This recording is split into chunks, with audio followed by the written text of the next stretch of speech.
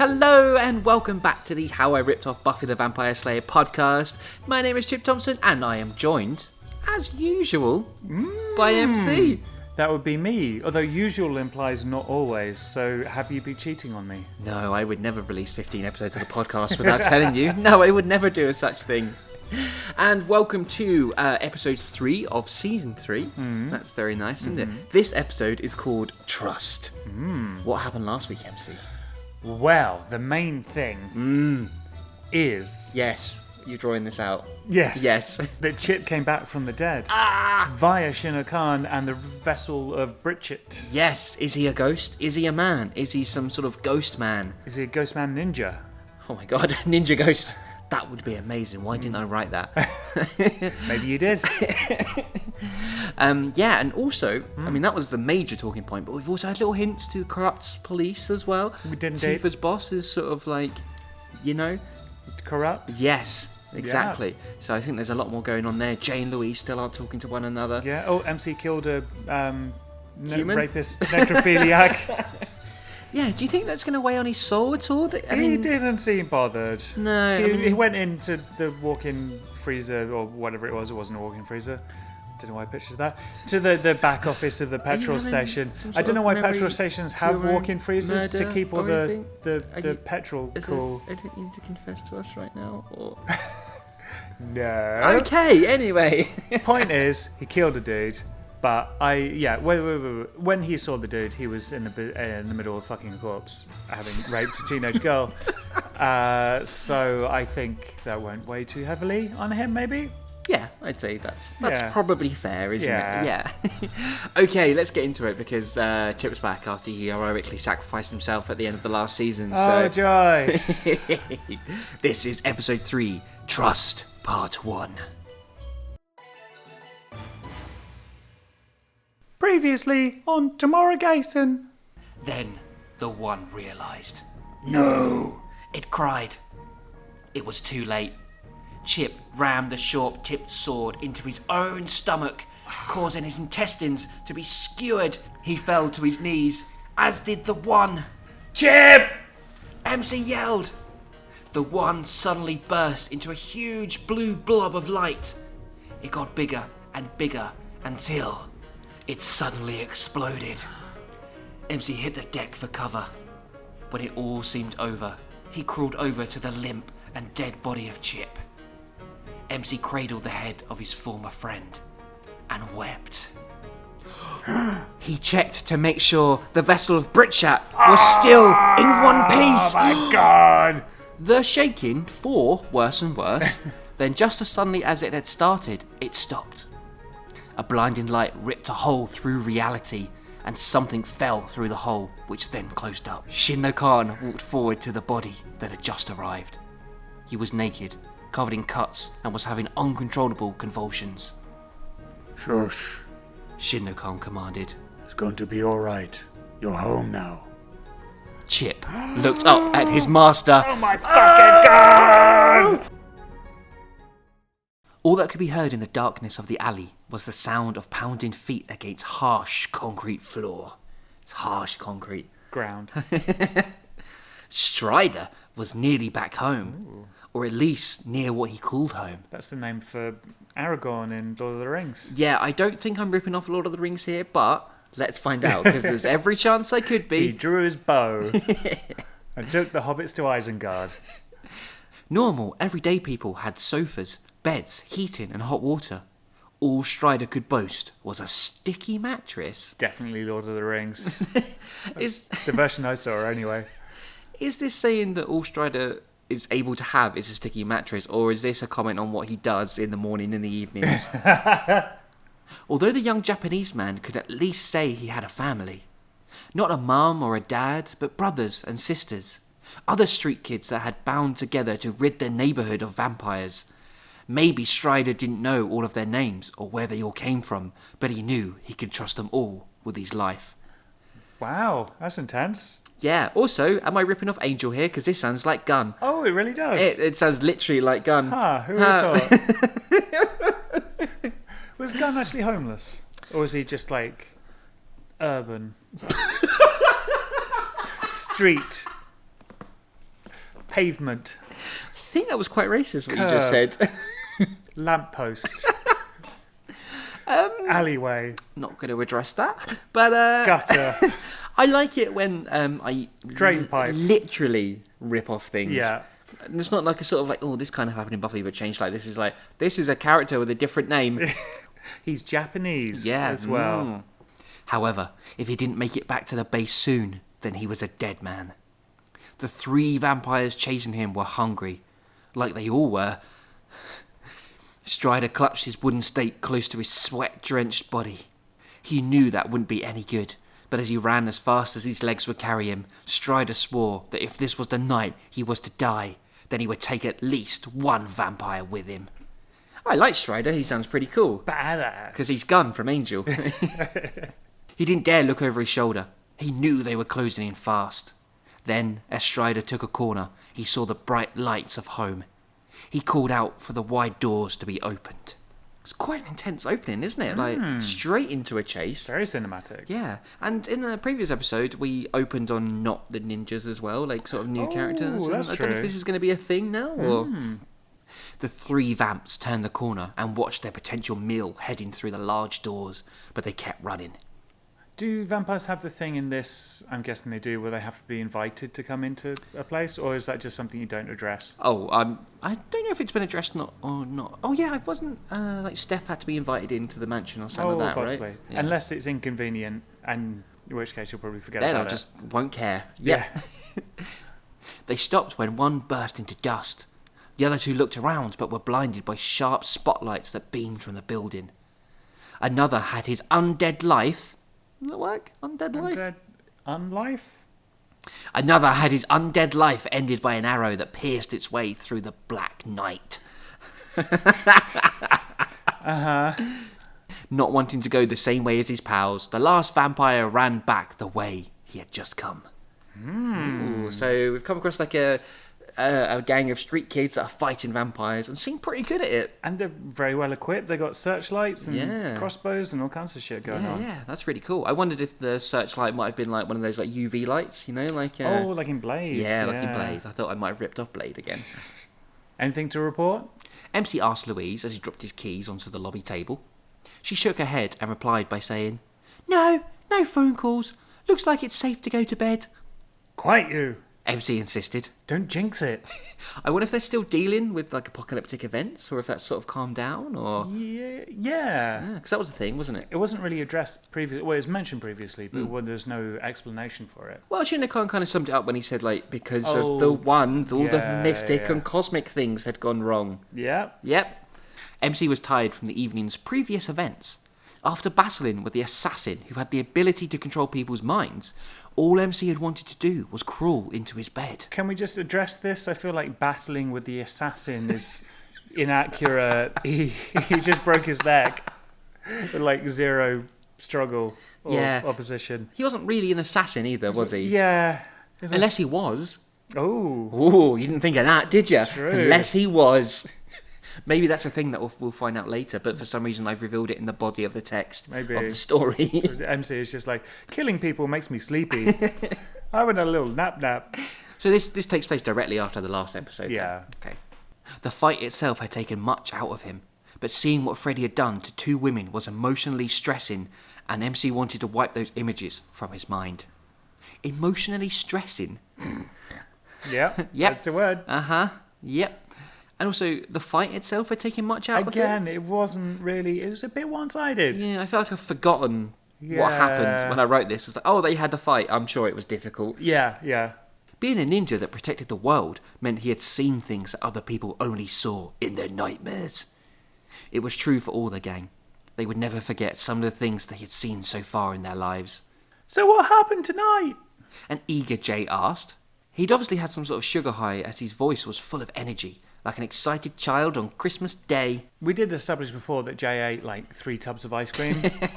Yeah, you'd get a bit of a sugar high from that, right? 1 tub of vanilla, 2 You're still on the vanilla tubs thing. of double fudge chocolate chip cookie dough. All week on social media, all you've done is go into this like vanilla ice cream tirade. Like, it's been kind of sickening, Just to be honest. because I've started up a hate group on Facebook doesn't mean I've gone too far.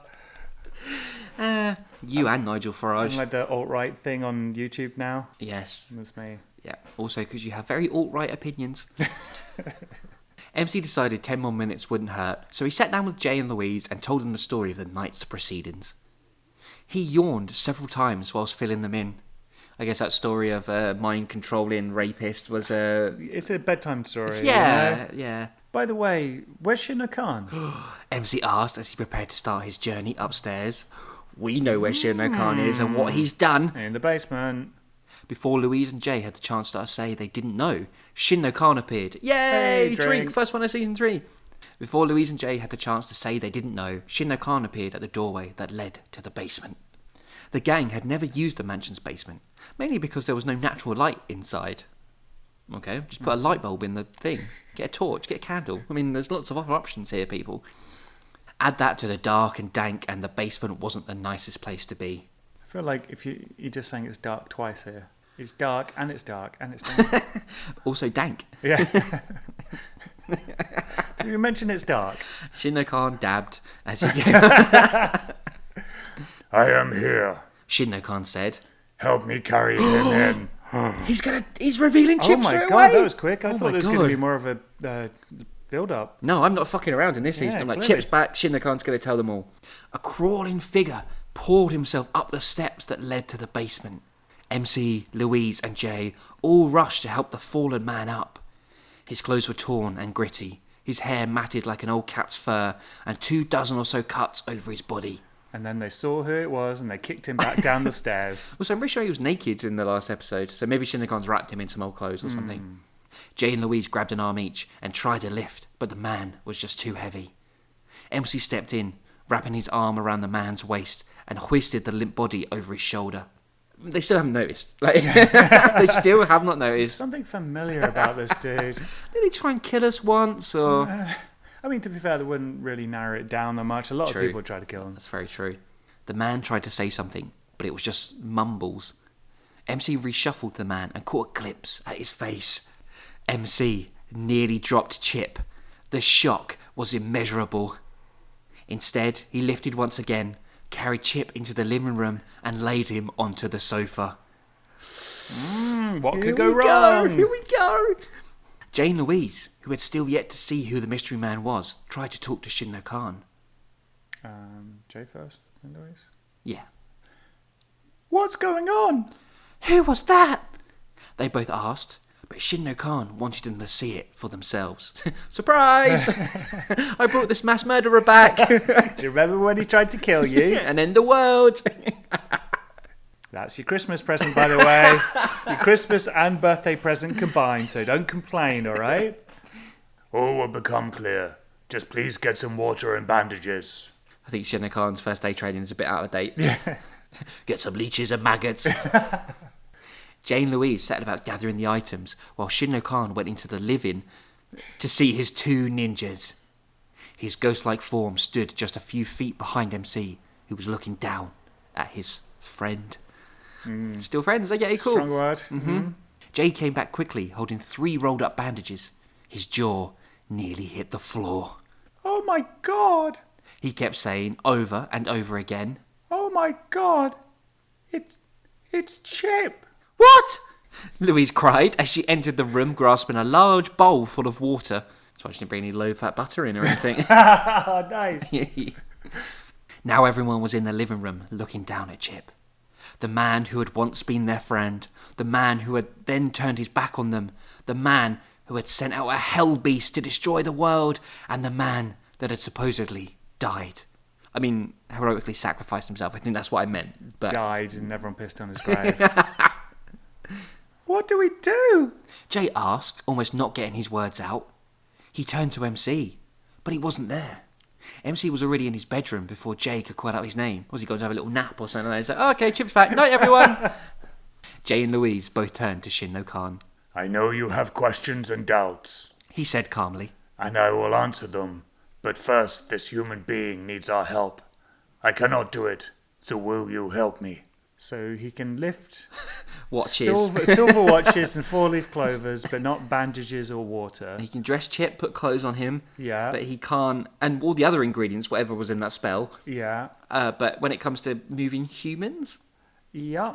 Maybe he had like a one-time deal where he could lift for a little bit for 5 minutes, and he used that time Yeah. to make the spell. That's exactly it. Also, like how MC's just fucked off. Yeah. So I think whether that's because he's gone off to get a great big sword, or if it's just like, no, can't deal with this, I'm out. Comes back with a gun. Yeah. Well, problem solved. I mean, he's already killed one dude last week, so Also, I really like this is such a politician reply from Shin no Khan. Yeah. Because they're like, what the fuck? Why is Chip here? He's this supposed guy to be dead. literally tried to end Yeah. the world and kill us all. And Shin no Khan's like, I've got questions and doubts, but I'm going to answer them. But first, this human being, This poor innocent he soul. needs our help. Oh, what's that, MC? You snapped a dude's neck last week. Yeah, that's fine. But this guy, We need to help him. I know he tried to kill a few people, Well, but Brexit means Brexit, okay? we've all had our disagreements, but let's agree that, you know, there were problems on both sides. He tried to kill you. You said some unpleasant things about him. Just because he wants the Nazis back in power doesn't mean he's all that bad. Both Jay and Louise were unsure. They didn't know whether Chip would suddenly leap up and attack them. It was Jay who made the first move by unrolling the bandages. Louise followed by dripping a sponge into the bowl of water and wiping Chip's forehead. Do you remember when he crippled her and kicked her down the stairs? Yeah. Yep. Yeah. Drown, bitch! He heroically sacrificed himself, Chip. That's right. That means that everything's okay. All Louise could think was how helpless Chip looked at that moment. How could he ever have done those things? Was he still the same person? And why was he back? All very reasonable questions. Yeah? Things we are wondering ourselves. Yes, true. Jay got to work on wrapping the bloody and bruised limbs of Chip, being very careful not to cause the unconscious ninja any discomfort. If he's unconscious, he'll be alright, won't he? Yeah, and also, why do you fucking care? Like, oh no, sorry, did I bash your boo-boo? Or is that an ouchie? Does this cut hurt if I put my fucking finger in it, you prick? Does it hurt when I stab you? They both decided it was time for answers. But Shin no Khan was gone. Undrink! Right, guys, see you later. I'll just leave you together. You could sort it out, right? All good? Sweet. I'm off to the pub. Shots! It's one of my favourite Shin no Khan jokes. Typical. Jay said. Louise just kept sponging. Why? I'm going to clean the evil off. MC paced back and forward, almost wearing out the soles of his shoes. He had been tired. Now he felt more tired and more awake at the same time. Yep. Yeah, cool. His mind was racing. He had questions, doubts, fears, and issues. A couple minor issues. There's a lot going on here, isn't there? Why did you bring him back? MC said, turning to see his master standing in the doorway. Well, it's good to see your senses are still alert. Shin no Khan said as he walked into the room. Again, very much playing the politician. Yeah, like, yeah. Just avoid your question. Why? MC repeated. Sit down. No. I want to know. Sit down. This time it was a command from Shin no Khan. MC obliged. How about no? No, MC. I know you all have questions, but you are not going to find the answers by interrupting me. Just take time to listen. To be fair, MC didn't interrupt him. He was just like, "Can you tell me why you brought the murderer back?" And so it's kind of like, just calm down, and I will do my. I'm going to answer all the. I know you've got questions. I'm going to answer them. Just stop talking, okay? I'd love to take the time to answer your questions, and I will get to all of them fully in time, shortly, any moment now. Just keep on quiet. Don't stop interrupting me, and I'll definitely answer every single one of them next week. I know you want to know why that dead prostitute was in my swimming pool, and I swear, in a couple of months, I'm going to answer everything. I'll issue a statement on YouTube. Now, MC, I know you all have questions, but you are not going to find the answers by interrupting me. Just take time to listen. MC didn't say anything, so Shinno Khan continued. Firstly, I didn't bring Chip back. Something else did. Is that a big fucking lie, or...? Look, it wasn't me that shot the orphan. It was somebody else. Just because I was there holding the gun. Put the gun in my hand. Okay, it was my other hand. MC went to speak, but Shinno Khan ushered silence by raising a hand. Granted, I did help by performing the ritual. So it was you then. It was. Granted, I did help by performing the ritual, but I got a command from a higher being, higher than the elders. Is he just pulling this out of his ass? I don't know. Oh no, the elders told me, the higher elder, the highest elders, The Uber Elder. the hiders told me. No, legit, seriously. Granted, I did help by performing the ritual, but I got a command from a higher being, higher than the elders. Like you, I did question the decision. Bringing people back from the afterlife can be tricky. Yep, that's the issue. Yep. It puts the world out of balance, plus the evil guy who's trying to fucking literally destroy the world, that might put it out of balance as well, just saying. But these beings, shall we say, demanded it. Ooh. They spoke of a reason for Chip being back. He fell silent for a moment, letting MC ask something. For what purpose? I do not know. Not yet. But I will find out. For now, our instructions are to help him get reacquainted with the world and get him back fighting the good fight. Which presumably is not ending the world or raising demons. In case he's a bit confused about that one. So there's some sort of like higher power Yeah. that wants Chip brought back. Yeah. I mean, is that going to be for good or is that going to be for evil? For good. Is it? Oh, there'll be some other super evil dude. Oh, okay. Chip needs to Chip and MC work together, or maybe Chip will heroically sacrifice himself again and again until people are like, all right, fine, Jesus. That's how every season ends. MC laughed. He had to. He didn't know what else to do. He stood up again. This is madness. After what he's done to us all, he doesn't deserve another chance. Do you know where he has been since he died? Since he sacrificed himself? Yes, Shinno Khan, you left out heroically, but yes, Shinno Khan. Let me think. A holiday home in Barbados? No. Hell. Who would have thought that Chip would go to hell? How? Oh, he was a bit of a scamp. Hey, so this is literally Angel in season 3 of It really Buffy. is, yeah. Literally. This is literally it. Angel was brought back by a higher power. And Angel has the excuse of the whole no soul thing. Yeah. Yep. But he didn't heroically sacrifice himself. Buffy killed him, so yeah. Yeah, this is more blatant ripping off. Like, 16-year-old me was, I want to be Angel. I would die and come back from hell. It's the way it's done. There was an awkward silence in the living room. Louise and Jay hadn't been getting along too well recently, and now they were patching up the very man that had tried to kill them. Louise went to speak, but she was cut off by something that had caught her eye. Chip had opened his. He blinkered. He blinkered like he had just woken up with a huge headache. Jay gave Louise a glance, but she didn't return it. She was backing off. Jay followed, so they were both a good 6 feet away from him. Chip then sat up, rubbing his forehead. He felt the bandage that wrapped its way around his head and looked confused. His confused look increased as he scanned the room. His eyes finally met Louise and Jay, who started to step back again. Chip suddenly bolted. Louise screamed. Ah! I feel like he'll be even more well-adjusted after spending however long in hell. Yeah, and I imagine, like, and I think it was in Buffy as well, there's something like how time moves slower in hell or something like that. So it's like, it's been a year here, but it was 15 million years in hell. So, It'll take at least 2 episodes for him to get over that. Yeah, this season's not fucking about, is it? It really isn't. MC came rushing down the stairs. He had heard Louise scream enough times in the past to recognise that she was scared. As opposed to a happy scream. He expected to see a savage Chip tearing into her and Jay. This made him sprint faster. If what Shinno-kan said was true, then Chip was about to go back to hell. What's wrong? MC asked Louise, who was, in fact, fine. She seemed a little shaken, but her and Jay were alive. Chip, he... She could hardly speak. Where is he? Jay pointed to the living room, and MC marched in. At first, he couldn't see Chip anywhere. First, he couldn't see Chip anyway where... Then he heard the faint sound of someone whimpering in the corner. MC saw Chip curled up in a tiny ball, huddled against the wall.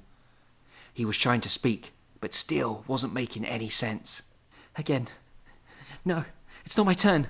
Don't take me. So, the pain. MC watched as Chip flinched in the corner. Remember, he heroically sacrificed himself, and he's so sad now. End the world? No, what? No, no, that must be someone else. You're thinking of a different Chip. MC, all you need to remember is that he heroically sacrificed himself to save the world, and then he went to hell. So a little bit of sympathy wouldn't go amiss. Do you remember he beat that dude to death? Which one? True. MC watched as Chip flinched in the corner. He's a little delirious from the experience of being brought back, said Shinno-kan. He should be okay with rest and quiet. What do you expect me to do? MC asked, not really sure if he wanted to hear his master's response. The same you would do with any human being. Do you have a spare bed in the house? Yeah, Jay said as he and Louise came back into the living room. Chip's bed. Ooh, how ironic. Yeah. That's the one. No one has been in the room since he left, Louise added as she edged towards Chip. She sank to her knees so she was at level height with him. Chip, it's me, Louise. Do you remember? Chip looked up at his former friend and shot back even further, shaking his head. Can you help him to his room? Shinno-kan asked. He needs rest. Jay put Chip's arm around his shoulder and helped him upstairs. I cannot believe that is the same man we knew, Louise said to Shinno-kan. Give it time. Patience is of the essence. Where are you going? He called out to MC. Bed. He replied bluntly. So we should have a little guess as to which of Chip's former friends if we're going to forgive him first. Can a guy get any food around here? Strider called out. And that is what Strider sounds like. He sounds like some cool kid from like a late 80s action movie. That's literally what I was going for. He got a few blank looks from the people around him. In fact, they were more kids than people. I think kids are still Kids people. aren't people. It's only when you turn 18 that you become a person. Before that, you're a type of plant. You can still get aborted even at 17. All of them runaways, strays, without anywhere to call home. Each one affected directly by vampires or other demons. It was Strider who had gathered them, made them into a small army. Now they all lived together in one of Tokyo's many discarded buildings, hunting vampires by night with what little resources they had. Yep, it's gone from me. Also, I'm not sure if that's a little in-joke about Tokyo's many discarded buildings, or... I don't think it is. No, probably I not. don't know, maybe it is. Nah. Just lately, the vampire numbers had increased, and Strider's gang had been losing people by the night.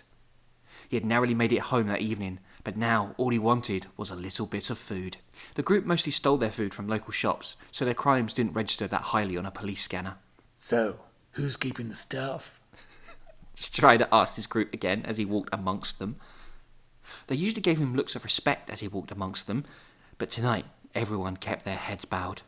People, what's a guy got to do to get some food? Strider. Someone finally called out. It was Katrina, an 18-year-old girl whose dad had once been head honcho for Japan's leading software company, until the day a huge blue demon brought down his offices, killing him instantly. Ooh, we know who that is. Katrina had helped the rescuers move bricks and rock as they searched for any survivors in the rubble. She had found her father's head, while someone else had found the rest of him. I'm sure they're going to get on really well with Chip. I hope that happens. And they're the ones that are like, no, it's okay, we forgive you. Since that time, she'd been living with Strider and the others, helping out the local community. Strider, she said again, we didn't think you were coming back. We all finished tonight's supply of food. Strider didn't mind. He was hungry, but he felt like a father figure to everyone in the group. Ain't a problem. I'll eat tomorrow. I'm too cool to feel hungry. He's got dark glasses on the whole time, hasn't he? He went to walk away to get some much-needed rest when Katrina called him back. Where's Johnny? Johnny was the youngest member of the group at 12 years old. He had been hiding under the car as his mum and dad and baby brother were devoured by vampires just over a year ago. I hoped he was going to say that. Johnny didn't make it. But what he actually said was, I don't know. Strider replied. He's supposed to be here. No, he followed you, Nick, and Joe when you left earlier. Nick and Joe are dead. There we go. The voices are brilliant. I know. Strider replied, trying to hide any sympathy in his voice. His feelings make you not a man. That means Johnny is still out there. We have to go and find him. Katrina went to push Strider, but he stopped her. We can't go back out there again tonight. There's too many of them. We've lost too many lately, and I'm not gonna let us lose any more. I just imagine Strider pointing his thumb at his chest when he says that. Well, like he's grabbed her by the arm, spun her around, like face to face now. And Johnny? Strider didn't reply. Instead, he just left to go and relieve the Night Watcher of his duties. He could never handle death, no matter how much he had been around. And he believed that Johnny, like Nick and Joe, were dead. Oh no, not Johnny. And that's where we're going to leave part 1 of Trust. Ooh, lots to dissect in this episode then, MC. Yeah, so Chip has basically redeemed himself now. I mean, he did heroically sacrifice himself. Did he? Did he really? I like how that's become the new Is Chip evil thing. Hey, he's been brought back by a higher purpose, maybe, by a higher elder, maybe. Yeah, a hider. A hider, yeah. Elder? And, I mean, if we thought there were issues in the gang already, Yeah, this Jesus is just Christ. going to flip that shit over. Hey guys, why are you arguing? I don't understand. He heroically sacrificed himself. I'm very intrigued to see how that's all going to play out. Yeah. Also, really enjoying the sort of like 80s neon flashbacks with Katrina and Strider. Literally everyone in leather jackets and sunglasses. Yeah. I would write a series about them, and Hell I yeah. might go and do it now. Nice. And we'll podcast it next week. But you got to think at some point Katrina and Strider are going to come across the gang, right? Presumably. Yeah. I wonder if there'll be recurring characters or if it's just going to be like a one-off kind of story. I hope they're recurring just so we can keep doing the voices. Yeah, me too. Well, we seem to have bad luck. Like a lot of the voices we seem to enjoy doing, the characters die. That's very true. Yeah. Hey, on the issue of voices, are you not missing doing the one's voice? Because that killed your throat. It was a challenge. Well, I mean, I think we know why this episode is called Trust now, don't we, MC? Because Chip has got to trust his gang again after all this. After they betrayed him, Forced him to go to hell. forced him to summon a demon and try to end the world. If only they'd listened. Well, if you, the listeners and audience, want to join in on guessing who is going to be the first member of the gang to forgive Chip, there are numerous ways you can reach us. You can find us on Facebook, where we're at facebook.com/HowIRippedOffPodcast. We are also on Twitter at How I Ripped Off. And make sure you use the hashtag on there, heroic sacrifice, when getting in touch. Yes, yeah, let's get it trending, guys. And if you want to go back and find out how evil Chip was in previous seasons, you can find our entire back catalogue on SoundCloud, Stitcher Radio, and iTunes. And if you can leave us a rating, review, one of those things, both of those things, that really helps us a lot, and we would love you forever. They should leave star reviews based on how evil they thought Chip was. Yes. So if you thought Chip was quite evil, 5 stars. Yeah. If you thought he wasn't evil, 5 stars. Anywhere in between. 1 star. Please don't. And we trust you all to do that. And also, we'll be back next week with Trust Part 2.